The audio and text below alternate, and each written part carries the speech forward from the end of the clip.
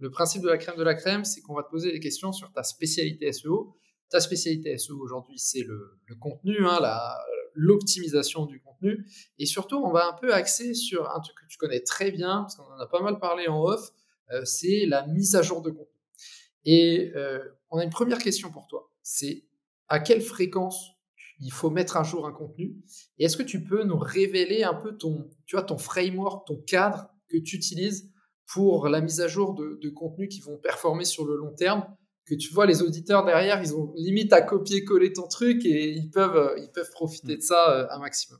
Ouais, carrément. En fait, le framework, il se décompose en 3 parties. Il y a une partie qui va être, pour faire une analogie avec, les produits que tu vas avoir dans ton frigo, la date limite de positionnement, qui est, en fait, quand tu vas créer un contenu, il faut avoir en tête à quel moment, en fait, ce contenu, il va périmer.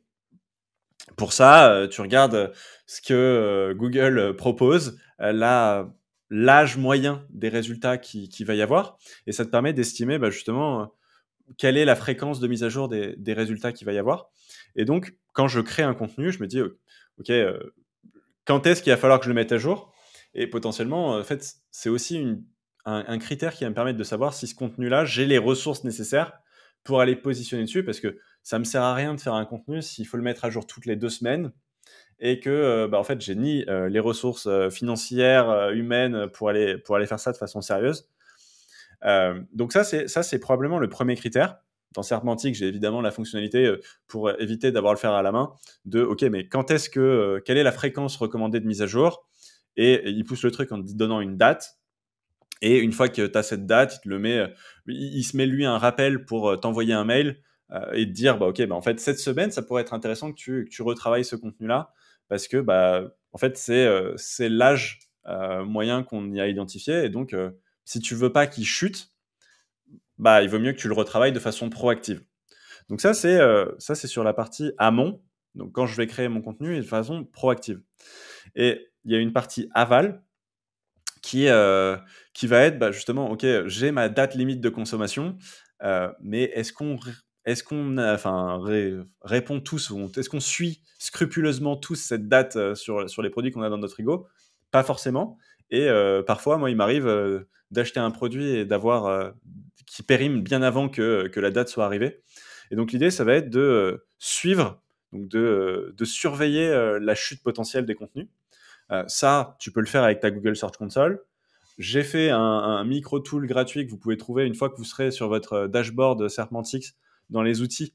Un outil qui vous permet d'analyser, donc de connecter votre site et d'analyser justement votre site et trouver les pages qui sont en baisse. Donc par baisse, j'entends, elles sont en chute de clics, elles sont en chute d'impressions, qui sont les premiers phénomènes qu'on peut voir et à côté desquels on peut passer si on n'a pas, justement, les bons filtres, les bonnes ressources pour surveiller ça. Et moi, des filtres que j'aime bien mettre en place, un peu plus compliqué sur la Search Console, donc c'est pour ça que j'ai créé ce petit outil gratuit, c'est justement comment on fait, enfin, quelles sont les pages qui sortent du top 3. Potentiellement, j'étais premier sur la période passée, maintenant je suis quatrième. Probablement début d'un mauvais signal. Est-ce que je sors du top 10? Ça veut dire globalement, je passe dans le cimetière de Google de la deuxième page. Et ça, c'est aussi un très mauvais signal. Et c'est cette chute-là qu'on peut diagnostiquer assez tôt qui va nous permettre d'endiguer au plus vite une chute de clic, par exemple, qui pourrait être problématique et qui est à la fois très néfaste pour cette page-là, parce que juste j'aurai moins de trafic, mais aussi un mauvais signal pour le site de façon globale, parce que s'il y a une page que Google mettait en avant, qui apportait du trafic, potentiellement du bon trafic, qui commence à périmer, je ne sais pas si vous avez déjà testé de laisser une orange dans un bac à orange pourrir, ça va amener l'intégralité du bac avec elle. Et du coup, c'est un peu cette analogie-là que j'aime bien dans mon framework de mise à jour, pour identifier en amont et en aval quand est-ce que je vais mettre à jour le contenu. Et une fois que j'ai cette liste de pages, donc priorisée par rapport à l'importance qu'elle peut avoir pour le business, ce genre de choses, là, l'idée, c'est de la retravailler pour justement en fait, remettre à jour le sujet de qu'est-ce qu'un bon contenu. Et je sais que c'est une de tes questions, donc on pourrait aller voir ça juste après. Mais en fait, retravailler la page, et globalement, ça veut dire réanalyser les éléments et vérifier qu'on répond bien aux différents critères, que ça soit l'intention de recherche qui peut avoir évolué. Il y avait un moment où sur des requêtes commerciales, ils pouvaient positionner des articles de blog. Maintenant, c'est des pages e-commerce, des pages produits ou catégories. Et en fait, si c'est plus la bonne page, il faut changer de catégorie de page. Si la sémantique a changé, il faut aller réoptimiser son contenu. Si maintenant on a besoin de plus de médias, il faut faire plus de médias. Bref, en fait, l'idée, ça va être de faire un bilan de à quoi correspond la SERP. Et l'idée avec un brief, avec un bon outil, c'est d'avoir cette visibilité, de checker si notre page répond bien aux nouvelles exigences. Si ça répond bien, bingo, c'est parti. Peut-être que je retravaille mon maillage, peut-être que je travaille d'autres sujets, peut-être que je mets un peu de lien. Si ça répond pas, ça me permet d'avoir facilement la liste des choses que je dois améliorer. Super intéressant. Et ça m'amène à une petite question, par pure curiosité. Comment toi et ton outil, vous calculez justement ces dates limites par mot-clé? Parce que j'imagine qu'il y a des mots-clés qui doivent être quand même très proches. Quels sont les facteurs que tu utilises pour justement déterminer le moment auquel ce contenu devient, entre guillemets, plus consommable? Ouais. En gros, ça va être comme pour tout le reste des analyses. Je récupère tout ce que Google veut bien donner jusqu'à la position, jusqu'à ce qu'il veut me donner globalement. Et j'essaie de comprendre ce qui fait que les pages sont en première page ou les pages sont après. Analyser justement quand est-ce qu'ils ont été mis à jour. Et à partir d'un algorithme, justement, d'arriver à transformer ça en une estimation en gros, de la fréquence optimale de mise à jour pour un mot-clé donné. Et donc, en fait, pourquoi ça peut varier d'un mot-clé à l'autre? Parce que les résultats que Google va me positionner, et donc le site et donc les pages en tant que telles, n'ont pas la même vélocité de mise à jour, et ce qui me permet d'avoir justement des recommandations qui sont spécifiques pour un mot-clé donné. Un truc qu'on oublie aussi souvent, c'est que, et c'est ce que tu as dit, c'est l'analogie de l'orange moisi, elle est super, c'est qu'en fait, les mauvais contenus ou les contenus qui sont devenus mauvais, qui ont moisi, on s'en rend pas compte, mais ils influencent ton positionnement potentiellement, ils ont des conséquences sur ton positionnement sur tout ton site. Parfois, on a tendance à penser, cette page-là, je la mets plus à jour parce qu'elle est plus importante pour moi, mais en fait, cette page-là, alors soit il va falloir la rediriger ou autre, mais sinon, elle peut avoir des conséquences sur tout le reste parce qu'en fait, ça envoie de mauvais signaux. Ça envoie le signal que tu es un site un peu moins à jour. On a parlé avant des critères EEAT. C'est un peu ça, c'est qu'en fait, si Google se retrouve face à un site qui n'est plus souvent mis à jour ou dans lequel il y a une grosse partie des contenus qui sont plus très souvent mis à jour ou une grosse partie des contenus qui sont mauvais, en fait, ça pénalise l'ensemble du travail que tu vas faire et de tes efforts. Carrément. Et je pense que c'est important aussi de rappeler que une mise à jour de contenu, c'est pas simplement ajouter du contenu. Non, parfois ça peut être juste supprimer un morceau de ton contenu qui est plus à jour. Ça peut être d'ajouter une interview, un paragraphe. Ça peut être de revoir tes métas. Ça peut être de retravailler ton maillage interne. Enfin, c'est pas uniquement se dire ok, il faut que je revoie mon contenu. Tiens, je vais ajouter 1000 mots, ça va le mettre à jour. C'est pas de cet angle-là qu'il faut le voir. Ou changer 2024 en 2025, 2025 en 2026. C'est pas ça une mise à jour, je vous le dis. Enfin, pas nécessairement en tout cas. Moi, je change juste la date sur WordPress. Tiens, d'ailleurs, c'est quoi tes recos d'une bonne mise à jour de contenu, Amaury, comme tu es un expert du sujet? Ouais, ce que je disais juste avant, c'est en gros faire un nouveau point de ce que Google attend à ce moment-là.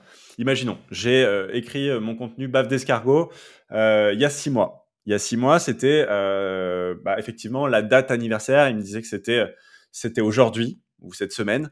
Et donc, c'est le moment où, de façon proactive, avant qu'il commence à chuter, je vais m'intéresser à l'élément. Là, je vais refaire un guide qui va aller analyser à nouveau ce que Google propose aujourd'hui, puisque la dernière fois que je l'ai fait, c'était il y a 6 mois potentiellement. Les résultats peuvent avoir changé, l'intention peut avoir changé. Peut-être qu'avant, donc il y a 6 mois ou il y a 2 ans, c'était très orienté informationnel. Peut-être que maintenant, c'est très commercial parce que le marché a mûri et que maintenant, il y a effectivement des e-commerce spécialisés dans la vente de baffe d'escargot. Et en fait, là, ça va me permettre de faire globalement ce qu'on disait tout à l'heure. Est-ce que j'ai bien toujours la bonne typologie de page? Est-ce que je réponds bien aux intentions de recherche? Comment les concurrents y répondent? Et surtout, est-ce qu'il y a des intentions que je loupe? Est-ce qu'il y a des choses où en fait, c'est plus dans l'intention et je peux le supprimer? Est-ce que je suis toujours sémantiquement bien optimisé? Est-ce que j'utilise pas des mots qui sont justement plutôt toxiques? maintenant, parce que ça pouvait pas ne pas l'être avant, mais concrètement, le SEO, c'est une compétition, hein. Le jour où tu fais ta mise à jour, bah, dès demain, il y a des gens qui vont essayer de te passer devant. Et pendant même le moment où tu es en train de réécrire ton texte, il y a des gens qui sont en train de brainstormer dans une salle pour essayer de te passer devant. Et du coup, bah, ça évolue. Et l'idée, c'est refaire ton point au moment où tu es en train de retravailler ton contenu, voir la liste des choses qui peuvent te manquer et travailler ça. Et ça peut être assez light, hein, potentiellement. Tu vois qu'à un moment, tu as toujours la bonne intention, tu as toujours la bonne sémantique. Bah, peut-être que si c'est un article qui a une visée un petit peu, on va dire, actualité, tu vois, si c'est orienté légal, par exemple, bah, est-ce qu'il y a une nouvelle loi qui a pu sortir? Est-ce qu'il y a une loi qui a mis à jour? Et donc, tu vas valider le fond de ton article et le mettre à jour potentiellement. Mais en fait, ça va dépendre de comment la SERP et comment la réalité de ce que tu parles, de ce dont tu parles, a évolué pendant ce temps-là, en fait. Il va y avoir une montée sur le mot-clé baffe d'escargot avec cet épisode de Puffcast. Tiens, faites monter un peu. Faites votre recherche Google pour faire monter un peu la requête là, des auditeurs. Et justement, tu vois, quelle est la place de l'IA, tu vois, dans une mise à jour? À quel point tu peux utiliser l'intelligence artificielle pour ta mise à jour de contenu? Bah, moi, je suis ultra fan de l'IA, hein, je m'en sers au quotidien. On en avait parlé en off, pas pendant un café, mais pendant une visio papote, Lucas. C'est clairement un assistant extraordinaire, mais comme le terme le dit, moi, je le vois vraiment comme un assistant et pas comme un créateur autonome. C'est le sujet du moment, tout ce qui va être agent IA, ça fait de plus en plus de choses.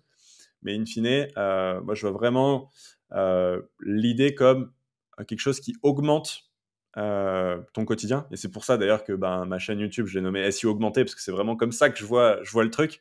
C'est avoir la bonne maîtrise de l'outil pour t'aider à aller plus vite, plus loin et pousser ton expertise justement plus loin dans ce que tu peux produire, plus facilement aussi potentiellement.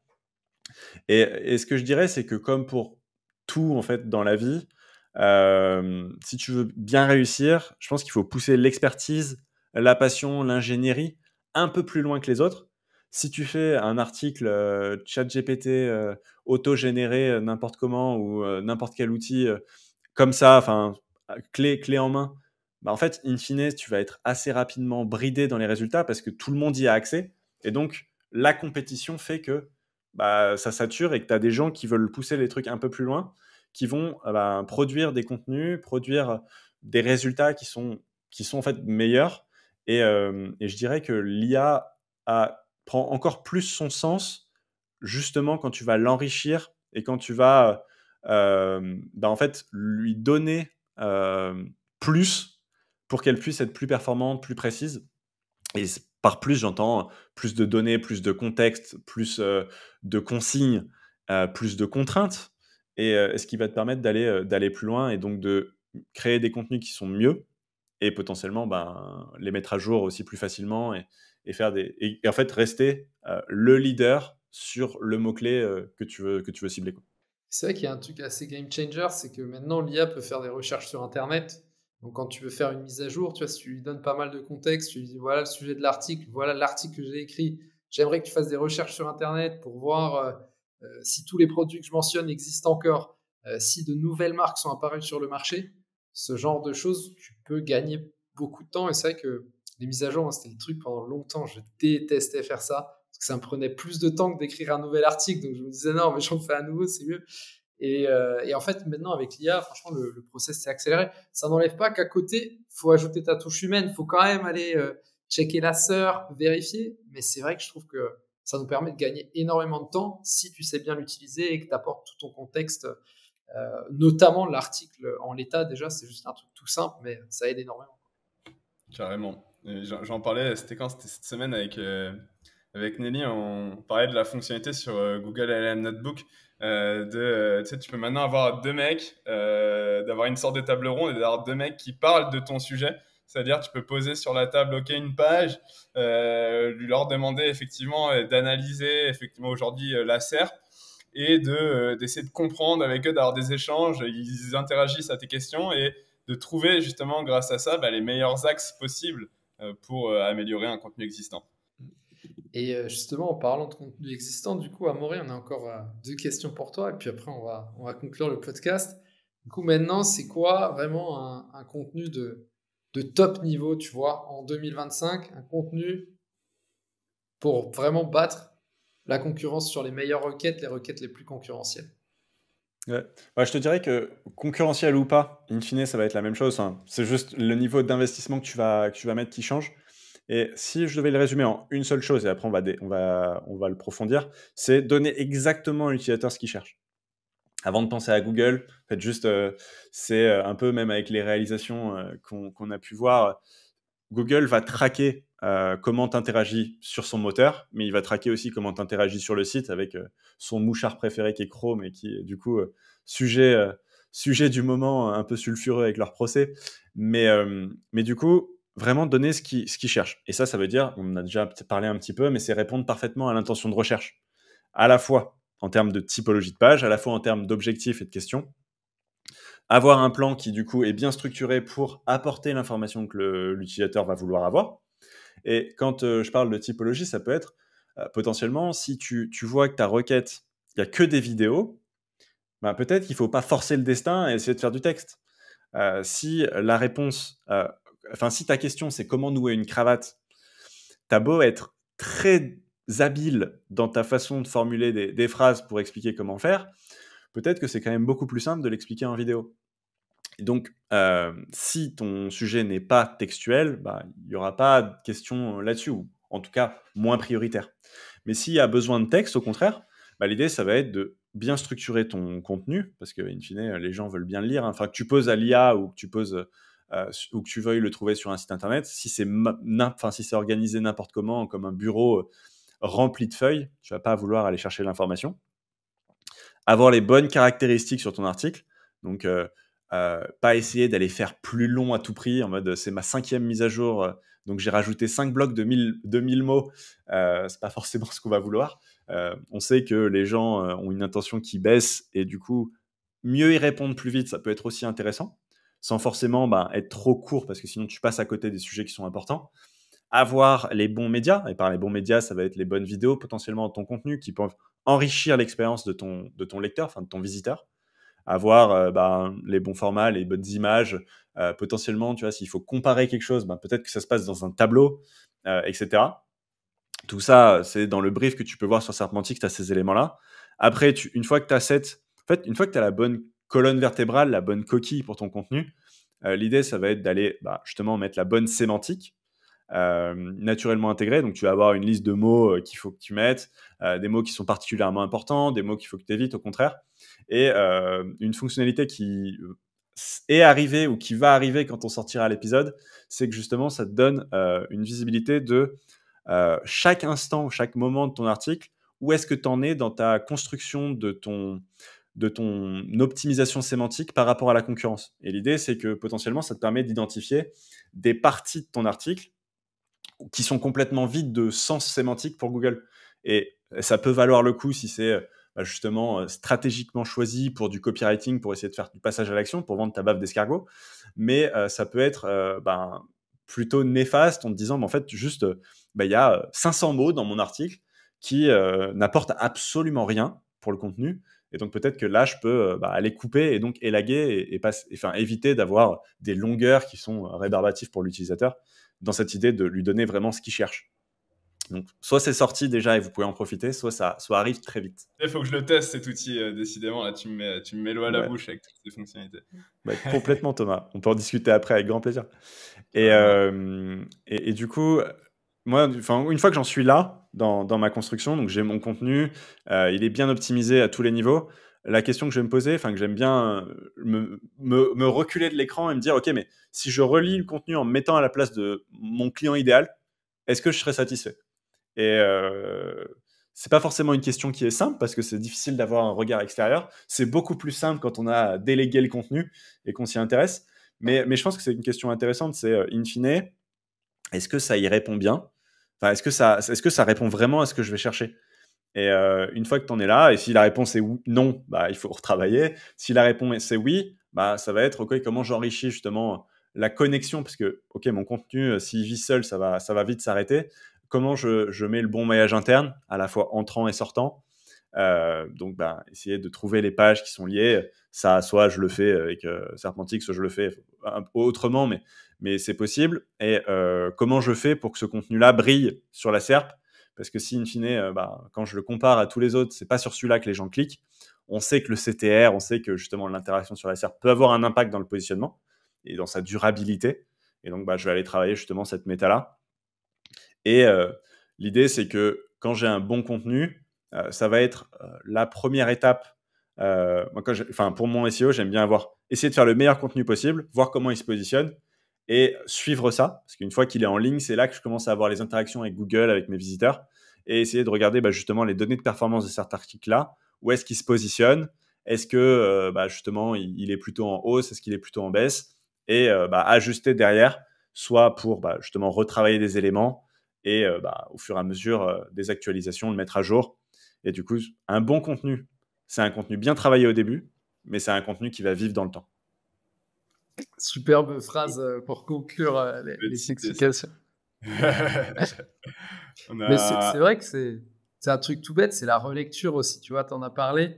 Il y a plein d'éléments. Alors déjà, il y a un truc, c'est que, tu vois, un bon contenu, si on avait posé cette question en 2022, la réponse en 1 minute, elle était faite. Tu vois, un bon contenu aujourd'hui, c'est devenu tellement plus exigeant.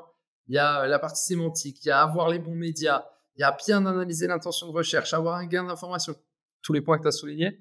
Et après, il y a un autre truc, effectivement, c'est relire, quoi. Est-ce que toi, tu as du plaisir à lire ta page de vente? Est-ce que tu as du plaisir à lire ton article de blog? Et franchement, je pense que 90% Parfois, je parle avec des clients, quoi. Je dis, mais tu l'as relu ton article? T'as vu qu'il n'y a pas d'image? T'as vu que c'est écrit en gris sur un fond noir qu'on n'arrive pas à lire? C'est des trucs de... Ouais, non, c'est tellement vrai ce que tu dis, mais je me souviens aussi, c'était un des premiers trucs que j'avais appris en stage chez Livementor avec Valentin qui me disait à chaque fois, écoute, ton article il est prêt, tu le publies pas, attends demain, repose-toi et repasse dessus vraiment avec un regard neuf et mets-toi vraiment, prends du recul, mets-toi à la place de ton lecteur. Et est-ce que selon toi tout est normal? Est-ce que c'est clairement un truc que tu pourrais consommer?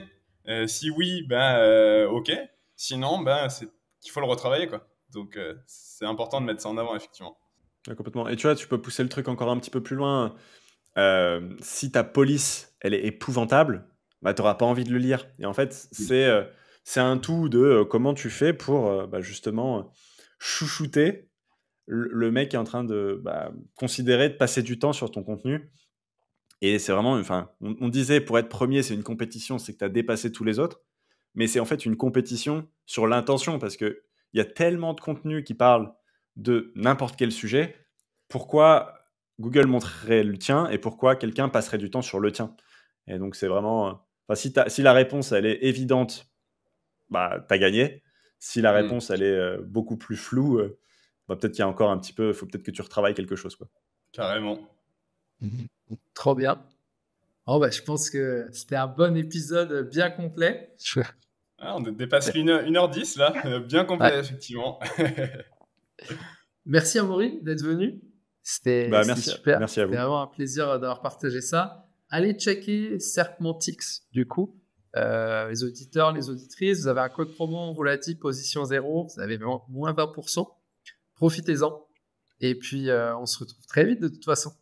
Carrément, le code sera dans la description. N'hésitez pas à aller voir ça. Position 0. Merci encore, Amaury. C'était un chouette épisode. On a beaucoup parlé de contenu. Et puis, on aura forcément l'occasion de rediscuter de plein de choses par la suite. Carrément. Merci beaucoup et à bientôt.